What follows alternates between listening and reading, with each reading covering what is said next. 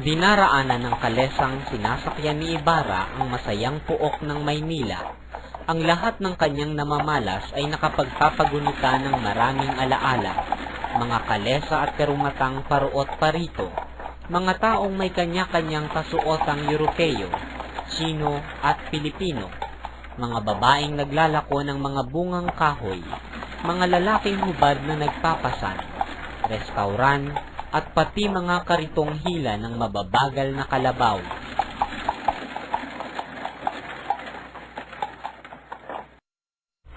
Naraanan din niya ang ilang bilanggong nakatanikala at nagpipison ng mga bato.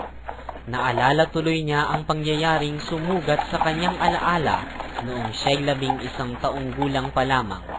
Nakita niya ang isang bilanggong patay na nakabulagta sa ilalim ng kariton, at sa malapit ay 2 bilanggo ang patuloy sa paggawa.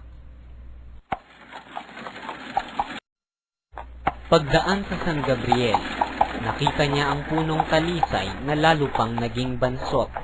Ang eskolta sa tingin niya ay lalo pang pumangit. Nakita niya ang magagarang sasakyang lulan ang mga kawaning inaantok sa pagpasok, mga militar, mga Chino at paring walang tibok. Namataan din niya sa isang magandang karwahe si Padre Damaso na nakapunot noo. Binati rin siya ni Kapitan Tinong na kasama ang asawa at 2 anak. Nakita rin niya ang pagawaan ng tabako na nakapagpaalala sa minsan niyang pagkahilo dahil sa amoy ng tabako. Ang lahat ng magagandang alaala ay napawi nang maparaan sila sa Hardin Botaniko. Naalala niya ang Hardin Botaniko sa Europa na umakit sa maraming tao.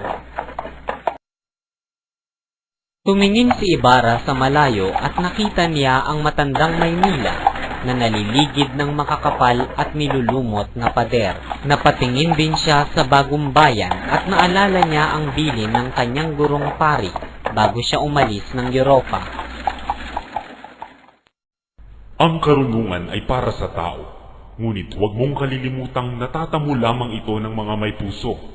Ginto ang sinadya ng mga banyaga sa iyong bayan, kaya pumaroon ka rin sa kanilang bayan upang tumuklas din ng ginto.